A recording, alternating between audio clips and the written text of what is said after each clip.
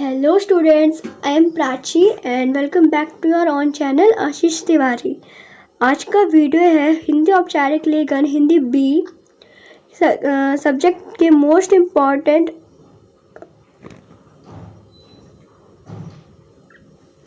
Hello students, I am Prachi and welcome back to your own channel Ashish Tiwari.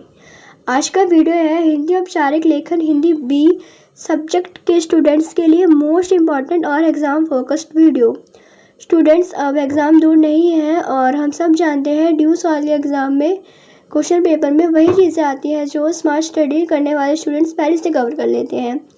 इसीलिए आज के इस वीडियो में हम लेकर आए हैं top 10 most important questions with answers, वो भी इंग्लिश हिंदी बहुत मीडियम में, जिनके डायरेक्टली एग्जाम में आने के बहुत ज़्यादा चांसेस हैं। ये क्वेश्चंस हमने रैंडम नहीं उठाए हैं बल्कि previous year papers, important topics और टीचर्स सजेशन के बेस पर केयरफुली सिलेक्ट किए हैं।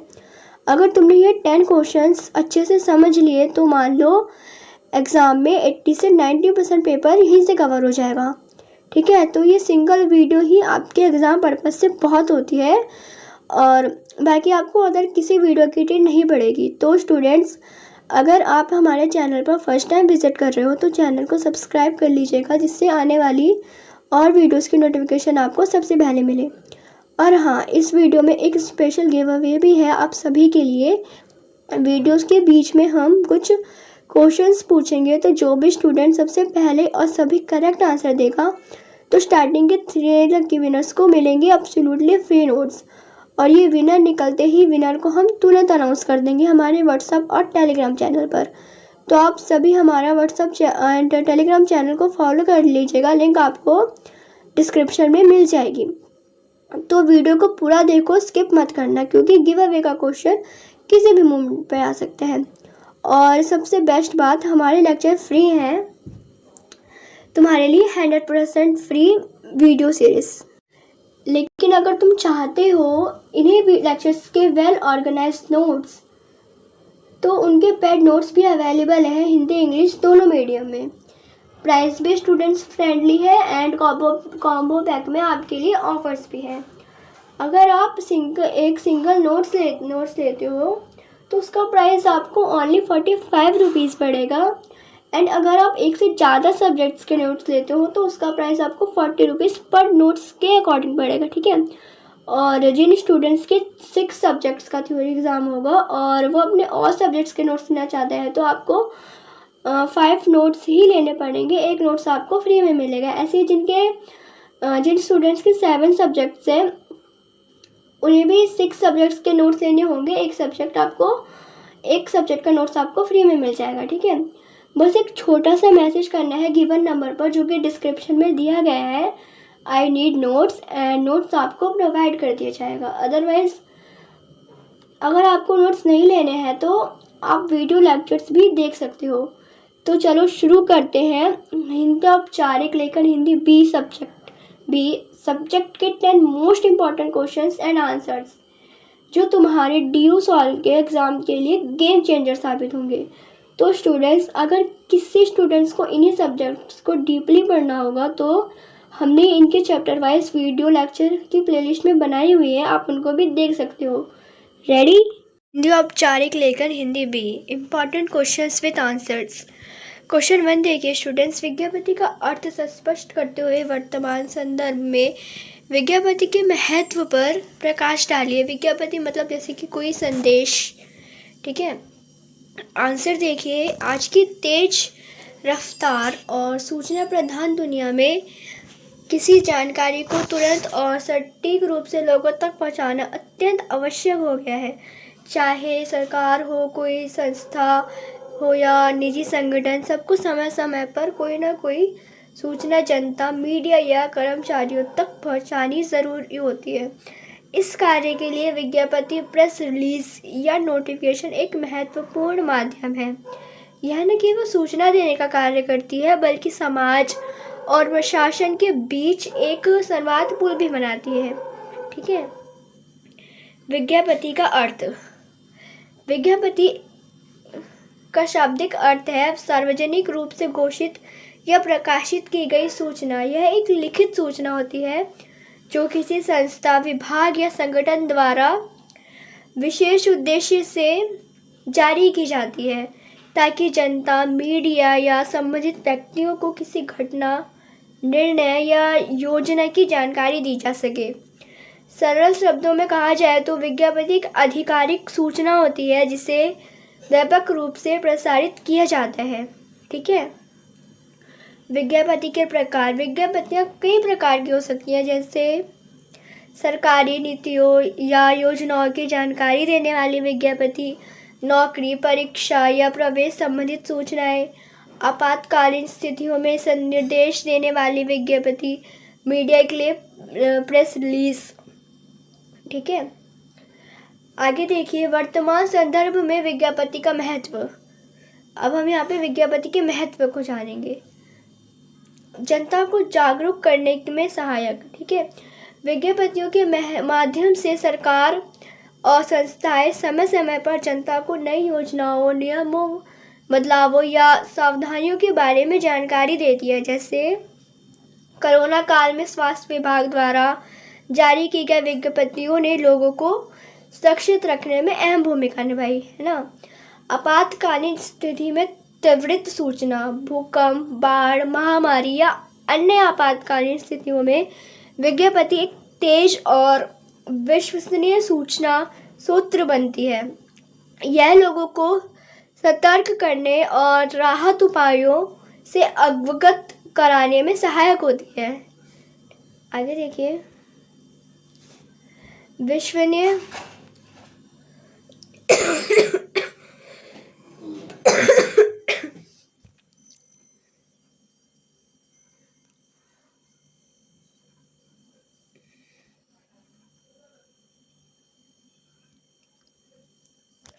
विश्वसनीय सूचना का माध्यम।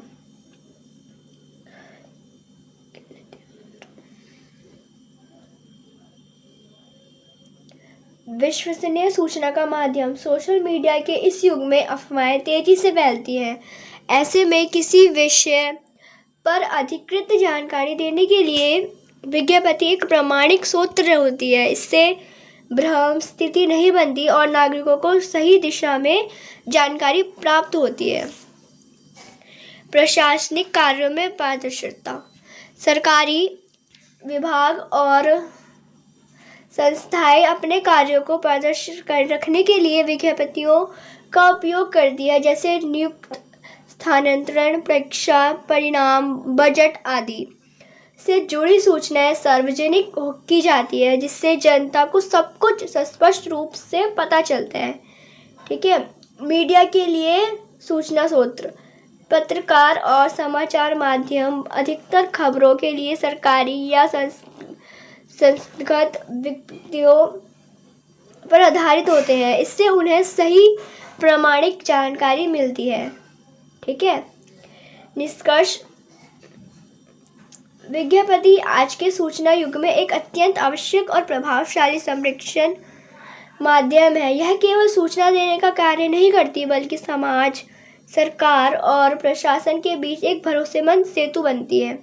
जब जानकारी सही समय पर और सही रूप में दी जाती है तो न केवल व्यवस्था में पारदर्शिता आती है, बल्कि जनता का विश्वास भी बना रहता है। इसीलिए विज्ञप्तियों की भाषा, स्पष्टता और समयबद्धता का विशेष ध्यान रखना आवश्यक है।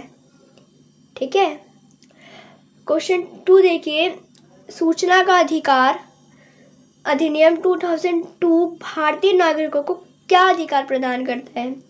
अथवा कार्यालय हिंदी में क्षेत्र अधिकार के संबंध में राजभाषा अधिनियम 1976 में वर्णित राजभाषा संबंधी संवैधानिक प्रावधानों को स्पष्ट कीजिए। आंसर देखिए, लोकतंत्र की बुनियाद पारदर्शिता, जवाबदेही, नागरिकों की सक्रिय भागीदारी पर टिकी होती है। भारत जैसे विशाल और विविधता से भरे लोकतंत्र, ठीक है, में यह और भी आवश्यक हो जाता है कि नागरिकों को न केवल सरकार के कार्यों की जानकारी मिले, बल्कि वह अपनी भाषा में सरकारी कार्यों को समझ सके और उनसे जुड़ सके।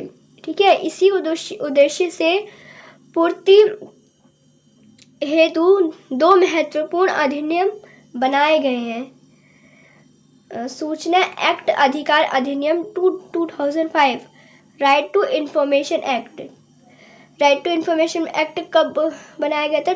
2005 में। ठीक है, राजभाषा अधिनियम 1976, ऑफिशियल लैंग्वेज एक्ट, इसका ध्यान रखना। ठीक है, इम्पॉर्टेंट है।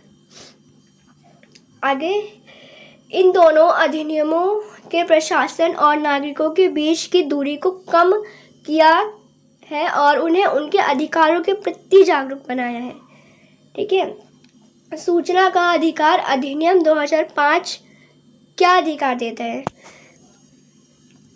नोट, यह अधिनियम वर्ष 2002 से प्रारंभिक रूप से प्रस्तावित किया गया था, लेकिन 2005 में इसे संसद द्वारा पारित कर लागू किया गया।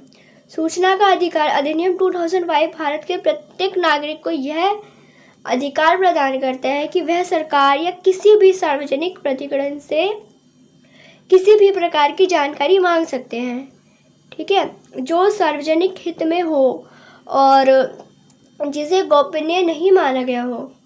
ठीक है, प्रमुख अधिकार, किसी भी सरकारी कार्यालय, विभाग, पंचायत, नगरपालिका, मंत्रालय आदि से सूचना प्राप्त करने का अधिकार। ठीक है, सरकारी योजनाओं, परियोजनाओं, नीतियों और निर्णयों की जानकारी प्राप्त करने का अधिकार। ठीक, सरकारी दस्तावेजों, रिपोर्ट, फाइलों आदि का निरीक्षण करने का अधिकार। सूचना ना मिलने की स्थिति पर शिकायत और अपील करने का अधिकार। ठीक है, नामित सूचना अधिकार PIO के माध्यम से 30 दिनों के भीतर सूचना प्राप्त करने का प्रावधान। ठीक, यह अधिनियम सरकारी तंत्र पारदर्शिता और जवाबदेही सुनिश्चित करता है, साथ ही भ्रष्टाचार और अनियमितताओं पर नियंत्रण में भी सहायक है। ठीक है, राजभाषा अधिनियम 1976 और केरली हिंदी के क्षेत्राधिकार। राजभाषा अधिनियम 1976 भारत में हिंदी भाषा के उपयोग और प्रचार प्रसार सुनिश्चित करने के लिए बनाया गया था। ठीक है, यह अधिनियम भारत के संविधान के अनुच्छेद 343 से 351 तक दिए गए राजभाषा संबंधित प्रावधानों के अनुरूप है। ठीक है, प्रमुख संवैधानिक प्रावधान, अनुच्छेद 343, भारत की संघीय राजभाषा हिंदी देवनागरी लिपि में होगी। ठीक है,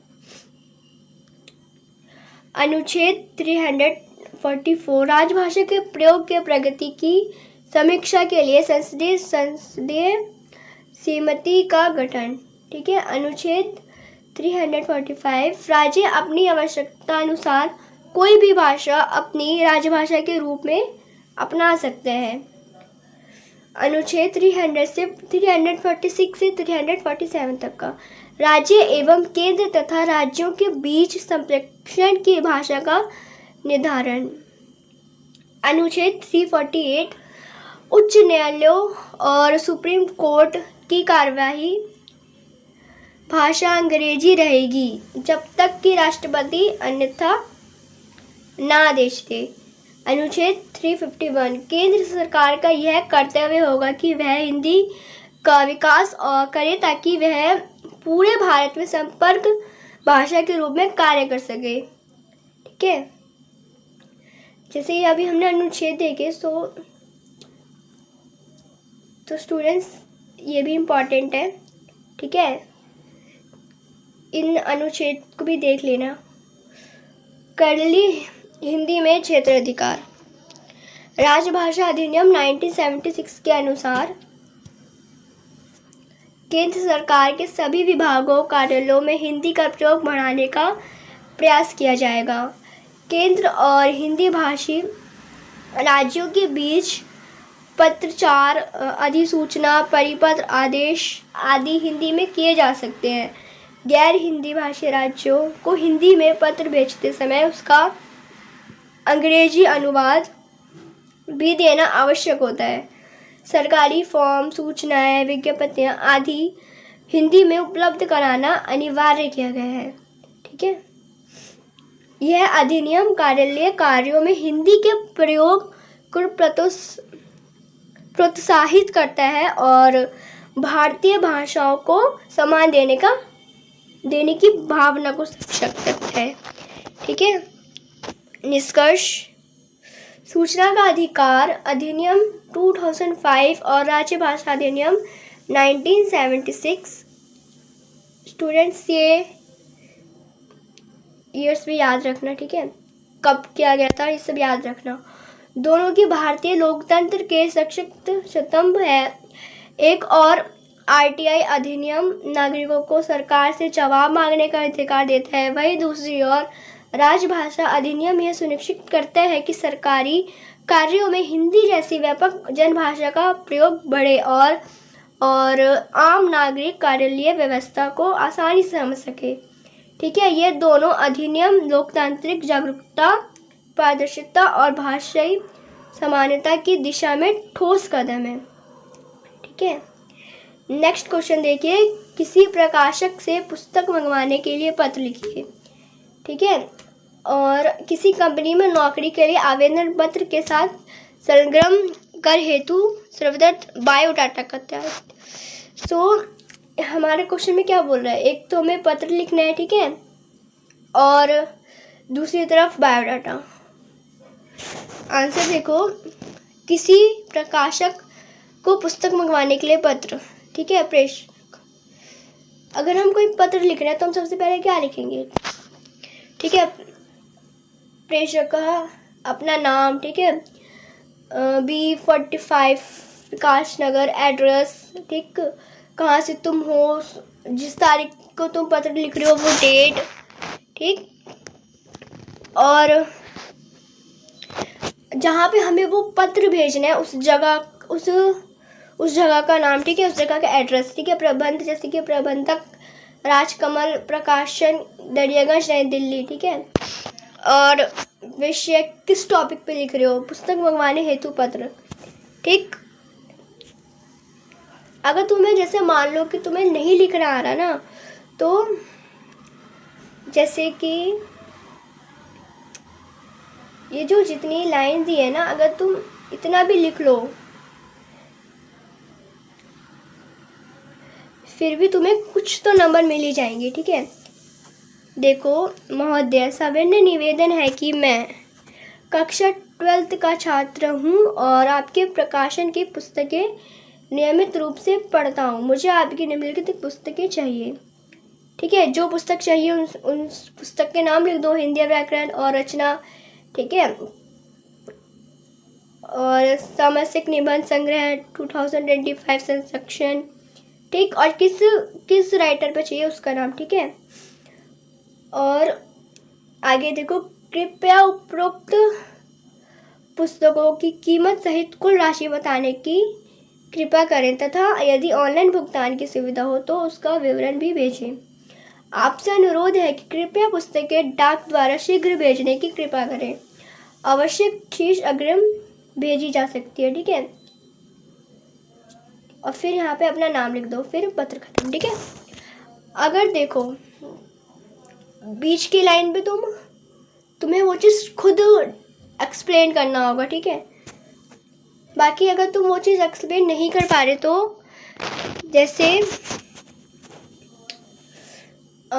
एड्रेस वगैरह, ठीक है, सब्जेक्ट, टॉपिक, ये सब लिख के, और जो हमारी लास्ट की लाइन है उसे भी कॉपी करके लिख सकते हो, ठीक है।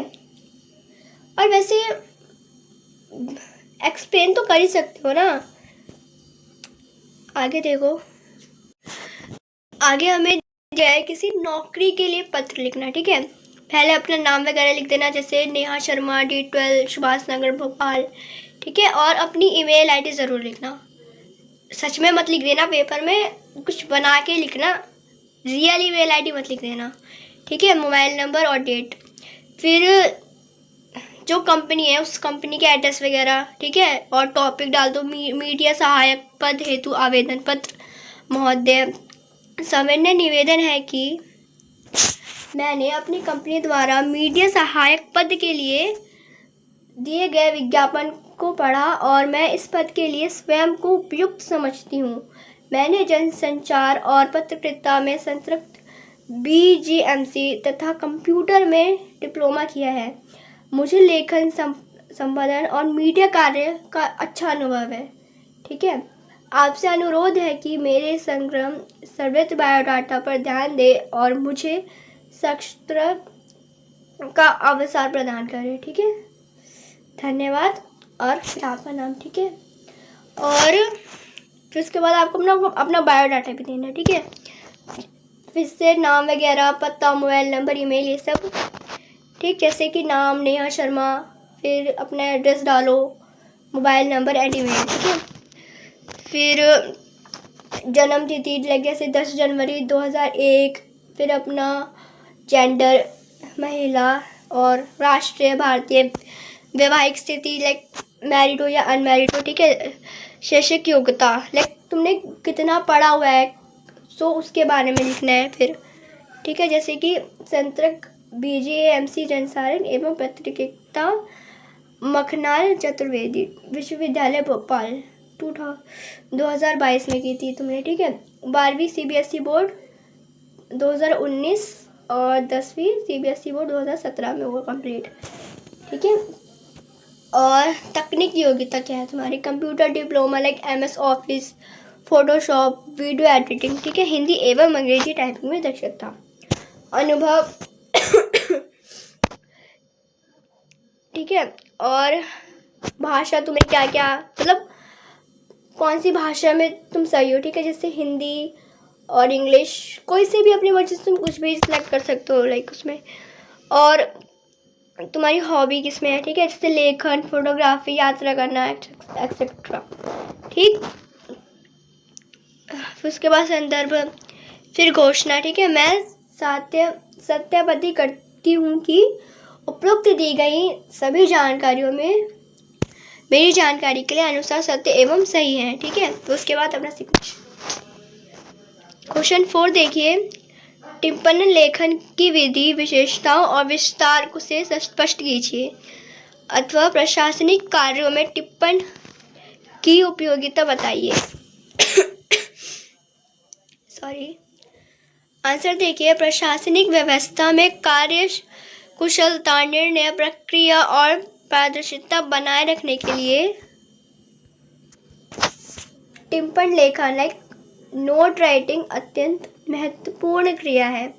टिप्पण एक प्रकार का लिखित विचार विमर्श होता है जो किसी फाइल, आवेदन या सरकारी दस्तावेज पर अधिकारी या कर्मचारी द्वारा किया जाता है। यह प्रक्रिया कार्य के निष्पादन और निर्णय लेने के आधारशील होती है।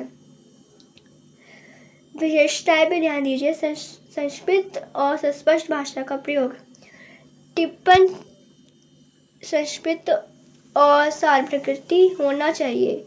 अनावश्यक विवरण से बचना चाहिए। भाषा सरल, स्पष्ट और बोधगम्य होना चाहिए, ठीक है। क्रमबद्ध प्रस्तुति,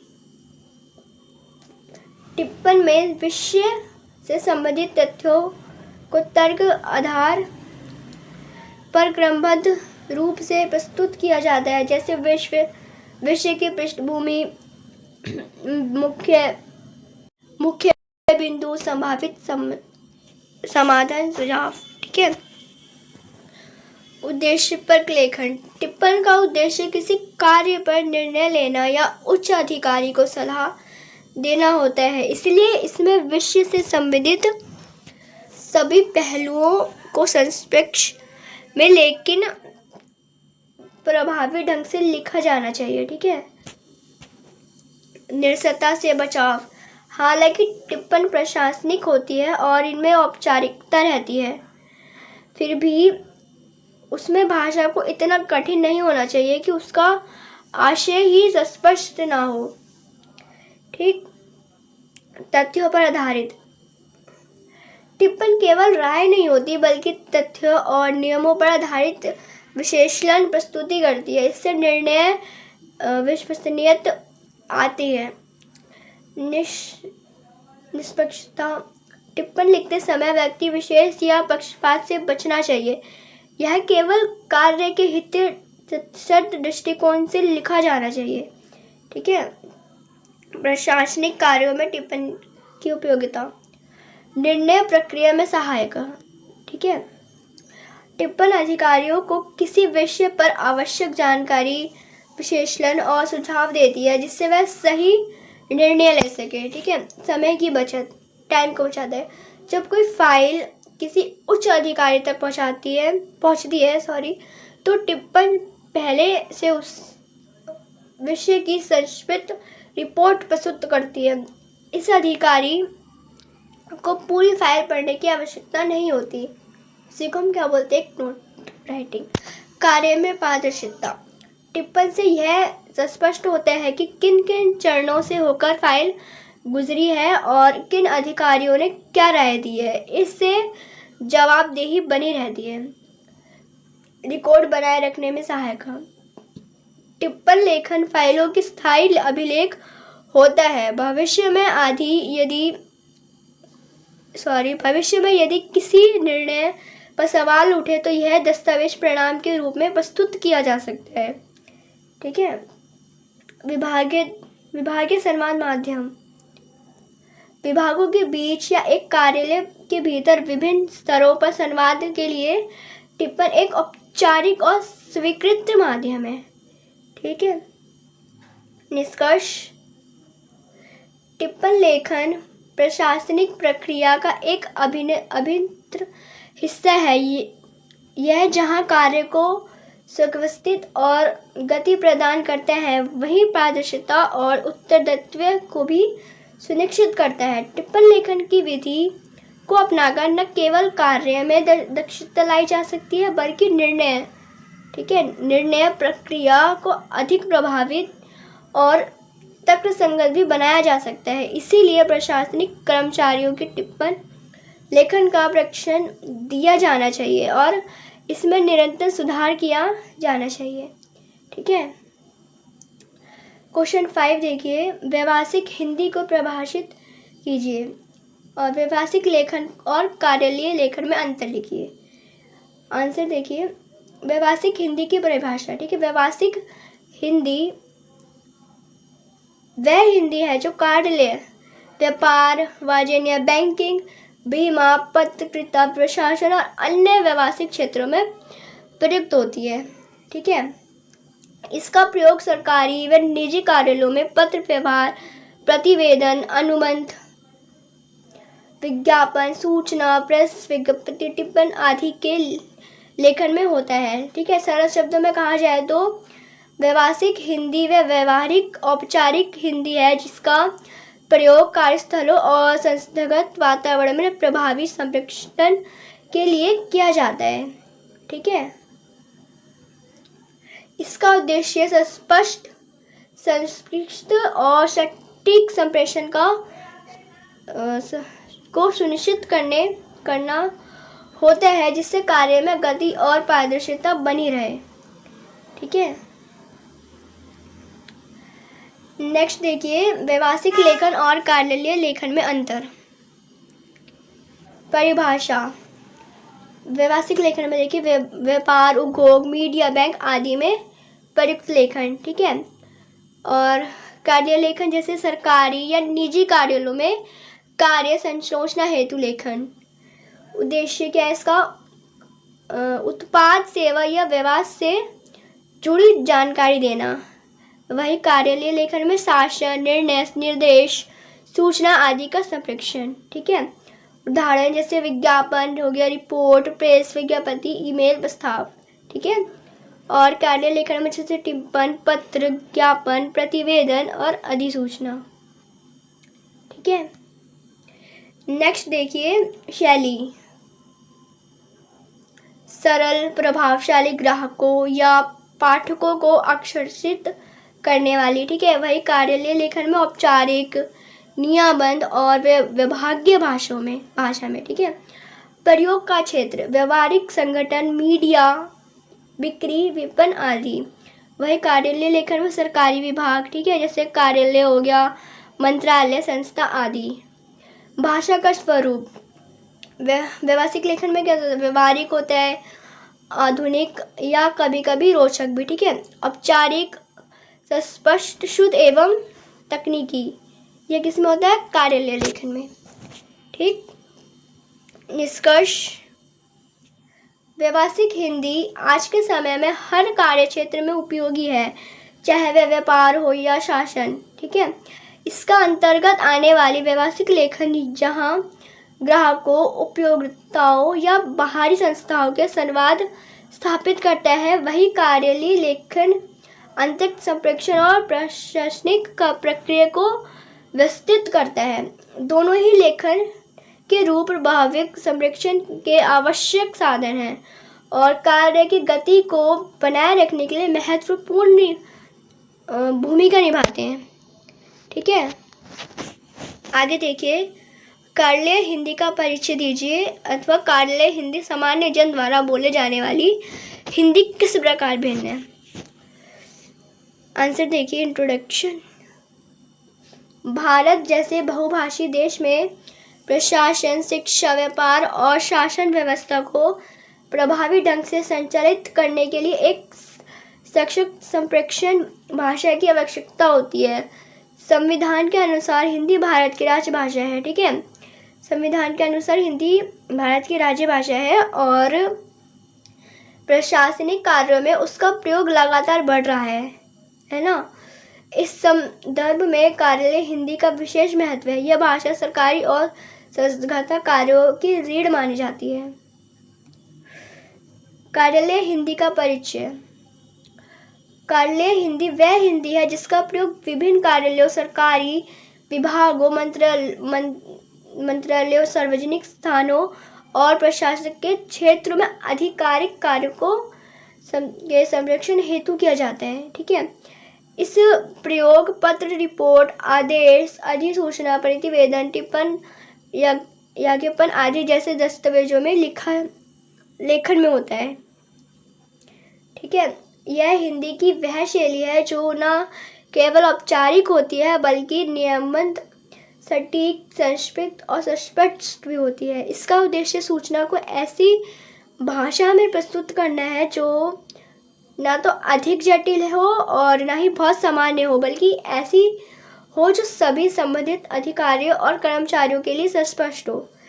जैसे कि मान के चलो न्यूज़पेपर, या फिर जैसे कि मान लो अगर हम पुलिस स्टेशन जाते हैं और वहाँ पे अगर तुम्हें बोला जाए कि तुम हिंदी में पत्र लिखो, तो तुम ऐसे शब्द का प्रयोग करोगे ना कि जो उस स्थान पे, उस जगह पे वो सूट हो। लाइक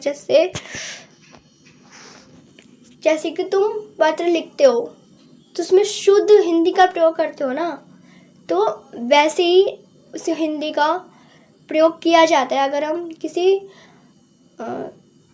किसी जॉब के लिए अगर हम कोई एप्लीकेशन लिखते हैं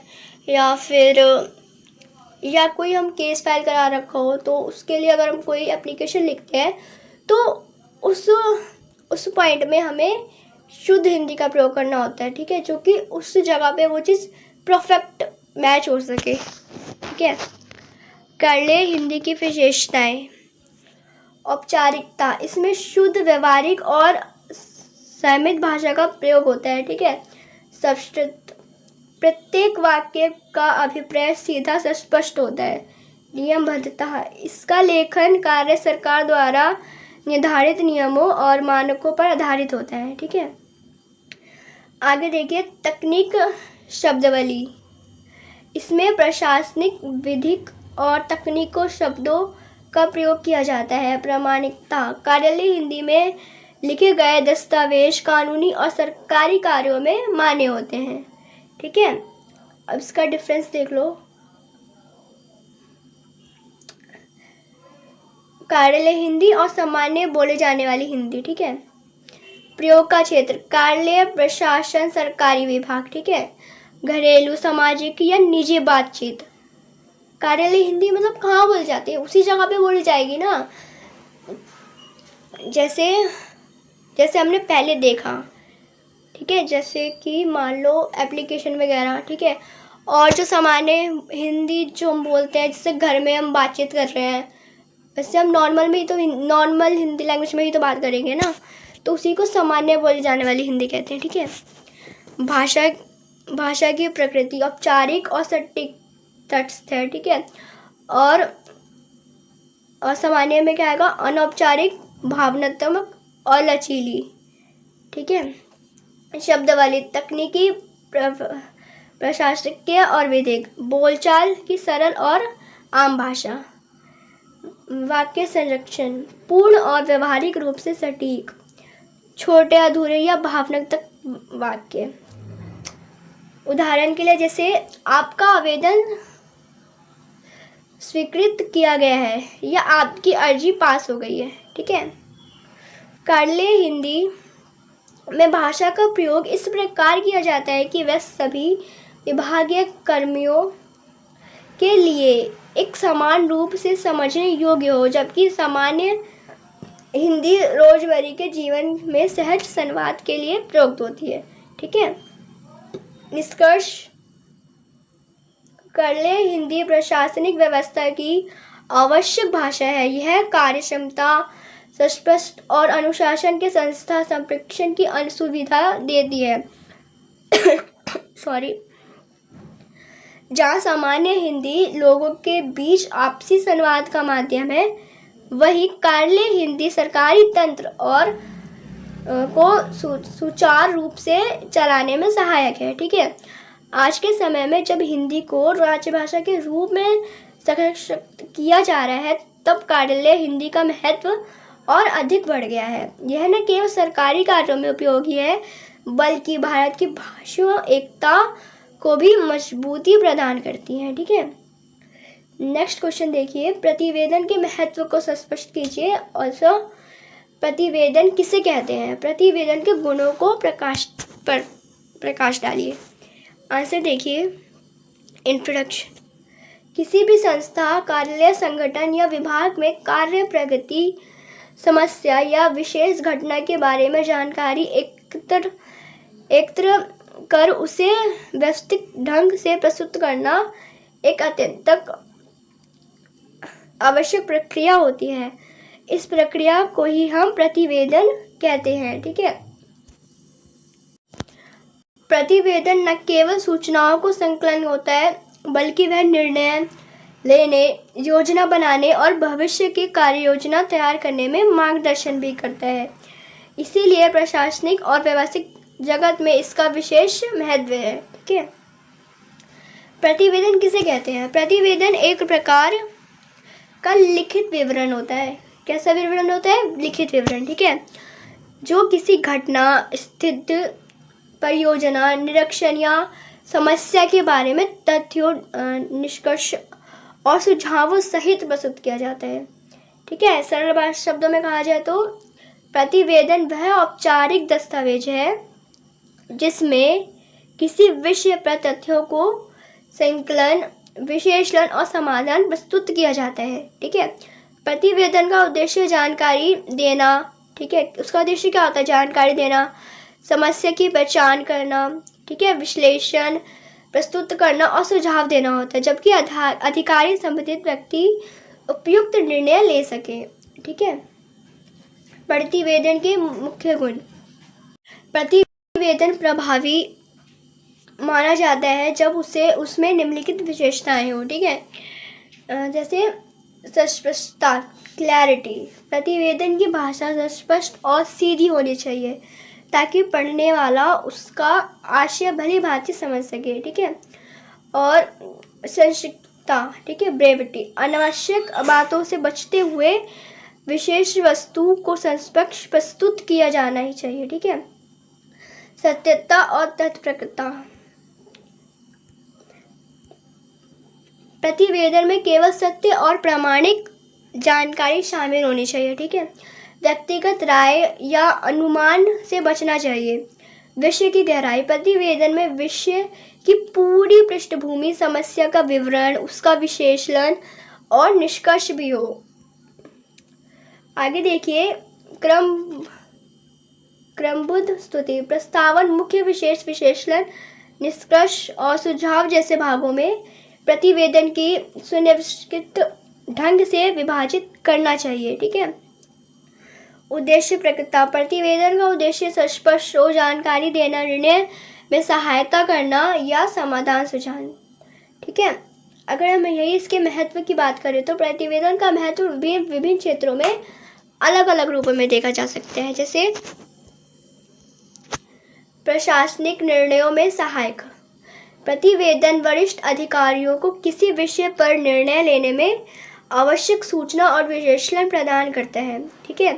वही कार्य की समीक्षा में सहायक, किसी योजना या परियोजना के प्रगति, कठिनाई और सफलता का मूल्यांकन प्रतिवेदन के माध्यम से किया जाता है। ठीक है। समस्या समाधान में उपयोगी, प्रतिवेदन समस्याओं को चिन्हित करता है और उनके संभावित समाधान को प्रस्तुत करता है। ठीक है। वही पारदर्शिता और उत्तरदायित्व में सहायक, जब कोई प्रतिवेदन के माध्यम से दर्ज होता है तो वह दस्तावेज के रूप में स्थायी बन जाता है। ठीक है। इससे जवाबदेही तय करने में सुविधा होती है। संचार का माध्यम, प्रतिवेदन उच्च अधिकारियों में, अन्य विभाग या बाहरी एजेंसियों से संवाद स्थापित करने का माध्यम बनता है। निष्कर्ष, प्रतिवेदन किसी भी संगठन के लिए एक महत्वपूर्ण प्रशासनिक उदाहरण है। ठीक है। यह केवल जानकारी देने का माध्यम नहीं है, बल्कि एक नीतिगत दस्तावेज होता है जो कार्यों की दिशा तय करने, समस्याओं का समाधान सुझाने और योजनाओं की समीक्षा में सहायक होता है। ठीक है। एक अच्छा प्रतिवेदन वही होता है जो तथ्यपरक, संक्षिप्त और स्पष्ट उद्देश्यपरक हो। ठीक है। ये याद रखना, ये ऑब्जेक्टिव्स। ठीक है। ध्यान देना इस पे। इसीलिए प्रत्येक कर्मचारी या अधिकारी को प्रतिवेदन लेखन की विधि, उसकी भाषा और शैली दक्ष होना आवश्यक है। ठीक है। नेक्स्ट क्वेश्चन देखिए, प्रारूपण की लेखन विधि के मुख्य अंग कौन कौन से हैं? स्पष्ट कीजिए। उत्तर, लेखन एक ऐसी प्रक्रिया है जो केवल विचारों को व्यक्त करने का माध्यम नहीं है, बल्कि उन्हें संगठित, औपचारिक और उद्देश्यपूर्ण रूप से देखने का तरीका भी है। जब हम किसी पत्र, प्रतिवेदन, विज्ञप्ति, अधिसूचना या सरकारी दस्तावेज को किसी निश्चित संरक्षण और नियमों के अनुरूप लिखते हैं तो इसे प्रारूपण कहा जाता है। ठीक है। प्रारूपण का उद्देश्य किसी भी दस्तावेज को इस तरह प्रस्तुत करना होता है कि सुस्पष्ट, प्रभावी और समझने योग्य हो। ठीक है। प्रशासनिक, व्यावसायिक और शैक्षणिक क्षेत्रों में प्रारूपण की लेखन विधि को अपनाना कार्य की गुणवत्ता और गति दोनों को बढ़ाता है। ठीक है। अब इसकी विधि को देख लेते हैं। मुख्य अंग, प्रारूपण के अंतर्गत किसी भी दस्तावेज या पत्र को लिखते समय कुछ मुख्य अंग होते हैं। ठीक है। जिनका सही क्रम और प्रयोग लिखने को प्रभावी बनाता है। ये अंग निम्नलिखित। इसके अंग देखिए, शीर्षक, हेडिंग या सब्जेक्ट लाइन। यह दस्तावेज या पत्र के विषय संक्षिप्त रूप से परिचय देता है। शीर्षक से पाठक को यह तुरंत ज्ञात हो जाता है कि दस्तावेज किस विषय पर आधारित है। उदाहरण, वार्षिक प्रतिवेदन प्रस्तुत करने के संबंध में। ठीक है। या इसका हम एक और एग्जाम्पल ले सकते हैं, जैसे कि कोई पत्र। ठीक है। अगर हम किसी को पत्र लिखते हैं, जैसे हम किसी सरकारी काम के लिए लिख रहे हैं, तो उसके सब्जेक्ट में हम लिखते हैं ना कि हमने इस पॉइंट के लिए ये पत्र लिखा है। तो जिसके लिए लिखा है, जब वो उस पत्र को पढ़ेगा तो उसको मतलब थोड़ी हिंट लग जाएगी ना कि किस जो वो आदमी है उसने किस पॉइंट पे ये पत्र लिख के होगा। ठीक है, आगे देखिए, संबोधन, एड्रेस और सल्यूशन। पाठक उस व्यक्ति या संस्था का उल्लेख किया जाता है जिसे यह दस्तावेज या पत्र संबोधित किया है। ठीक है, उदाहरण, माननीय महोदय, प्राचार्य महोदय या सेवा में। ठीक है, आगे देखिए, भूमिका या प्रस्तावन। ठीक है, इंट्रोडक्शन।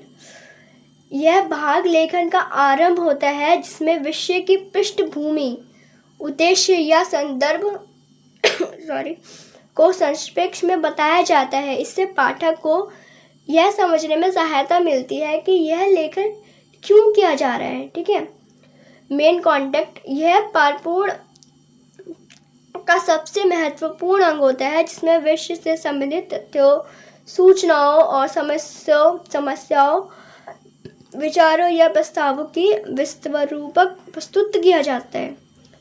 इसे स्पष्ट, क्रमबद्ध और तर्कसंगत रूप में लिखा जाना चाहिए। ठीक है, और फिर हमारा लास्ट में आता है कंक्लूजन या विराम मार्क या तो निष्कर्ष। ठीक है, मुख्य विषय वस्तु के बाद एक संक्षिप्त निष्कर्ष दिया जाता है जिसमें समाधान, सुझाव या अपेक्षा व्यक्त की जाती है। ठीक है, जैसे उदाहरण के लिए, अतः आपसे अनुरोध है कि उचित कार्रवाई को शीघ्र सूचित करें। ठीक है, और अंत और अभिवादन, क्लोजिंग एंड कॉम्प्लीमेंट्री क्लोज। ठीक है, पाठक के अंत श्रेष्ठतापूर्व पत्र या दस्तावेज को समाप्त किया जाता है। उदाहरण जैसे सादर, भवदीय या धन्यवाद सहित। ठीक है, वैसे अभी मैंने जितने भी पॉइंट्स पढ़े वो सारे इंपॉर्टेंट थे। ठीक, हस्ताक्षर और नाम और पदनाम, सिग्नेचर, नेम एंड डेस्टिनेशन। यह भाग दस्तावेज या पत्र को वैधता और पहचान प्रदान करता है। इसमें लेखक या अधिकारी का नाम, हस्ताक्षर और पद लिखा जाता है। ठीक है, नोट, प्रपूर्ण की शैली एवं अंग, संस्था, उद्देश्य दस्तावेज के प्रकार के अनुसार बदल सकते हैं, परंतु उपयुक्त संरचना अधिकांश सरकारी और व्यावसायिक लेखन में समान रहती है। ठीक है, कंक्लूजन देख लो। परिपूर्ण लेखन की एक सुव्यवस्थित विधि है जो किसी भी दस्तावेज को आधिकारिक, प्रभावी और समझने योग्य बनाती है। ठीक है, इससे विभिन्न अंग जैसे कि शीर्षक, प्रस्तावन, मुख्य विशेष, निष्कर्ष आदि न केवल लेखन को पूर्णता प्रदान करते हैं बल्कि पढ़ने वाले को विषय की पूरी जानकारी से स्पष्ट और तर्कयुक्त क्रम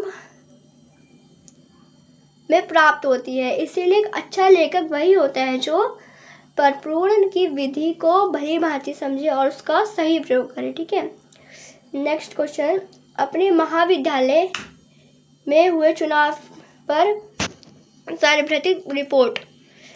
सो यहाँ पे हम एक रिपोर्ट लिखते हैं किस पे, महाविद्यालय पे। ठीक है, रिपोर्ट लिखने के लिए सबसे पहले हम क्या लिखते हैं, पहले जिस टॉपिक वो रिपोर्ट है पहले उसका नाम लिखेंगे। जैसे कि राजकीय महाविद्यालय में छात्र संघ चुनाव 2025 की रिपोर्ट। ठीक है, फिर हम उसमें इंट्रोडक्शन देंगे। ठीक है, जैसे कि दिनांक 10 अगस्त 2025 को हमारे राजकीय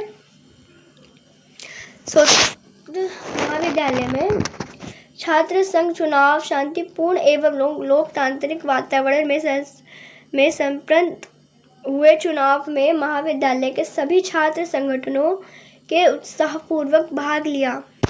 यह चुनाव महाविद्यालय में छात्र नेतृत्व के चयन के लिए प्रतिवर्ष आयोजित किया जाता है। ठीक है, चुनाव प्रक्रिया का विवरण।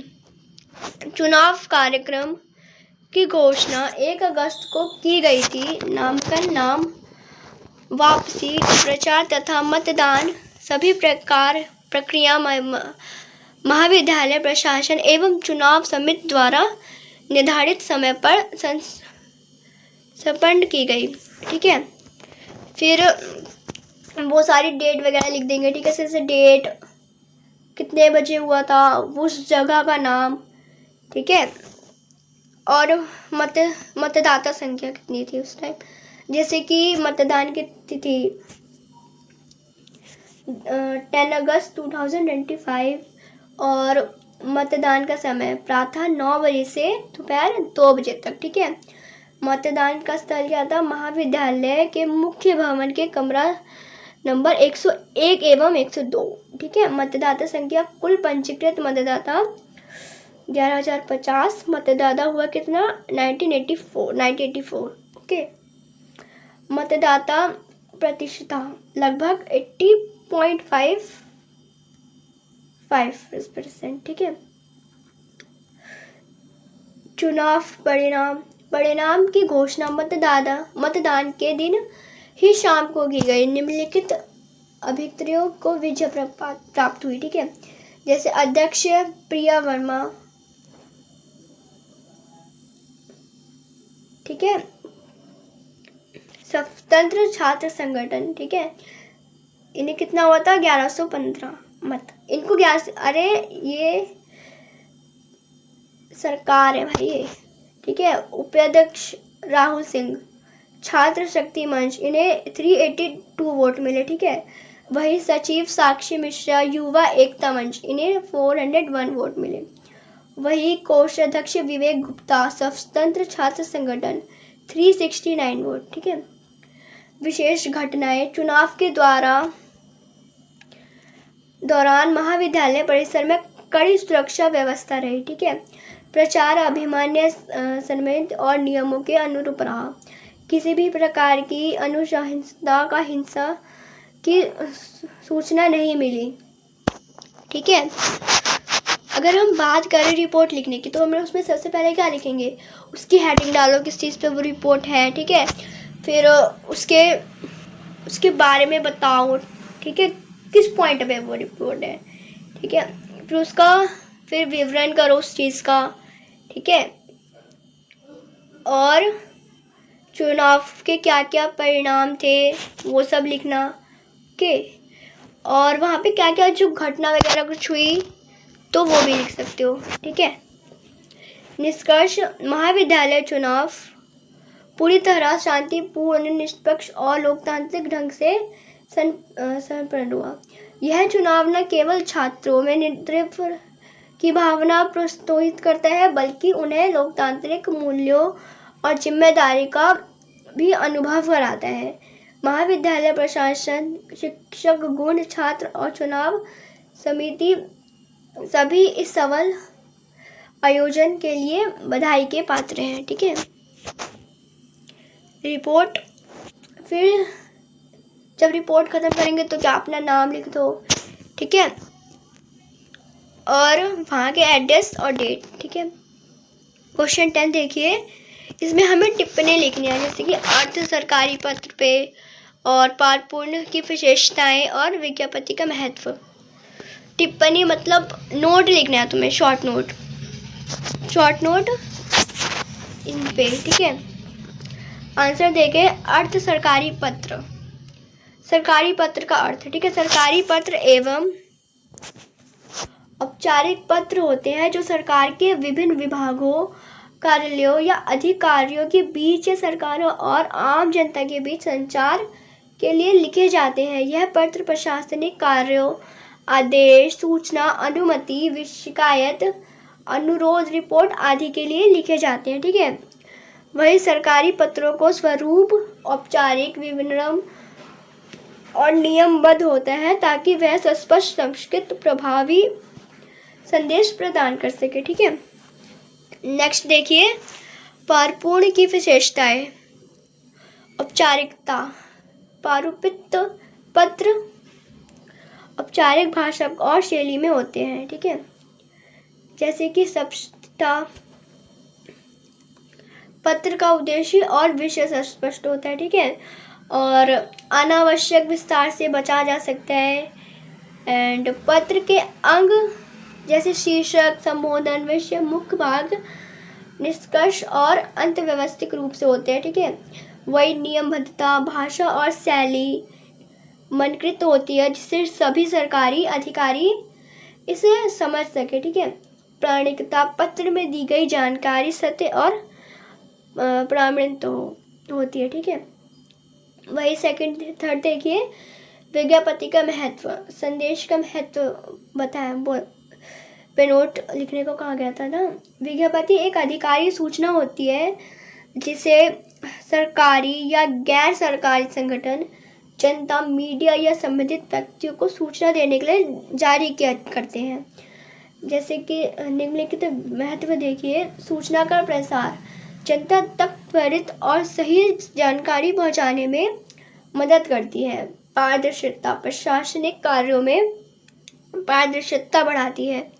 संप्रेषण का सटीक माध्यम, सरकारी योजनाओं, निर्णयों और कार्यक्रमों की सूचना देने का प्रभावी साधन है।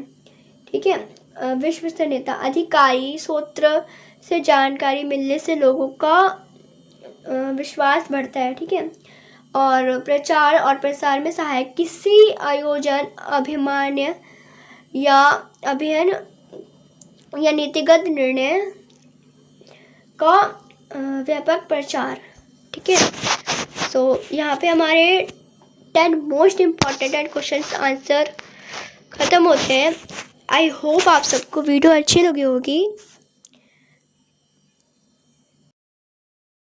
तो स्टूडेंट्स, ये थे हमारे आज के top 10 most important questions with answers जो डायरेक्टली एग्ज़ाम में आ सकते हैं। मुझे उम्मीद है कि तुमने इन्हें ध्यान से समझा होगा और अपनी एग्ज़ाम प्रिपरेशन स्ट्रॉन्ग कर ली होगी। और याद रखो, हमारे लेक्चर फ्री हैं, लेकिन अगर तुम चाहते हो वेल ऑर्गेनाइज नोट्स जो कि एग्ज़ाम के लिए एकदम परफेक्ट है, तो बस गिवन नंबर पर मैसेज करो और अपने नोट्स सिक्योर करो। और हाँ, हर वीडियो में होता है गिव अवे, तो वीडियो के बीच में पूछे गए क्वेश्चंस के लिए रेडी रहो और 3 लकी विनर्स बन सकते हो फ्री नोट्स के।